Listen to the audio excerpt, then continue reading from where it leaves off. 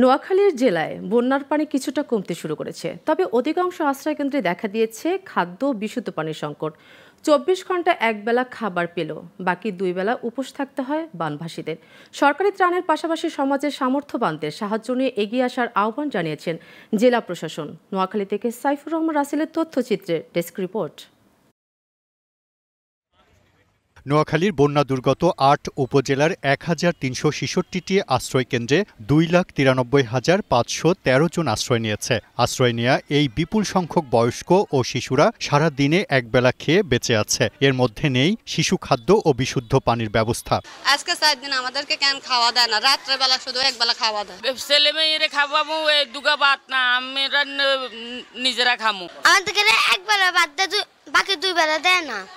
সরকারি ত্রাণের পাশাপাশি সমাজের বিত্তবানদের সাহায্য নিয়ে এগিয়ে আসার আহ্বান জানিয়েছেন এই কর্মকর্তা। আমরা যে সরকারি বরাদ্দ পাচ্ছি তা আমাদের আশ্রয়কেন্দ্রগুলো তাহলে একদম খুবই নগণ্য সংখ্যক।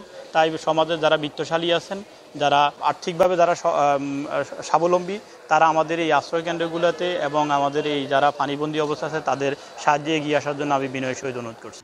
চাহিদার তুলনায় সরকারি সাহায্য পর্যাপ্ত নয় বলে জানিয়েছেন নোয়াখালী জেলা প্রশাসক। সরকারি পর্যায়ে যে খাবারটি পেয়েছি সেটা আমরা বিভিন্ন জায়গায় যথাযথ প্রক্রিয়া আমরা উপজেলা নির্বাচনে বিতরণ করেছি এবং আমাদের শুধু সরকারি না, বিভিন্ন বেসরকারি পর্যায়েও কিন্তু বিভিন্ন যে ত্রাণগুলো এসেছে সেগুলো আমরা বিভিন্ন উপজেলায় বিতরণ করেছি। কিন্তু এমন পরিস্থিতি এমন পর্যায়ে যেটাও সবকিছু মিলিয়ে আমি পর্যাপ্ত মনে করছি না। সরকারের সহায়তা ও সমাজের বিত্তবানরা এগিয়ে এলে এই দুর্যোগ কেটে যাবে, এমনটাই প্রত্যাশা বানভাসীদের। Global television news desk.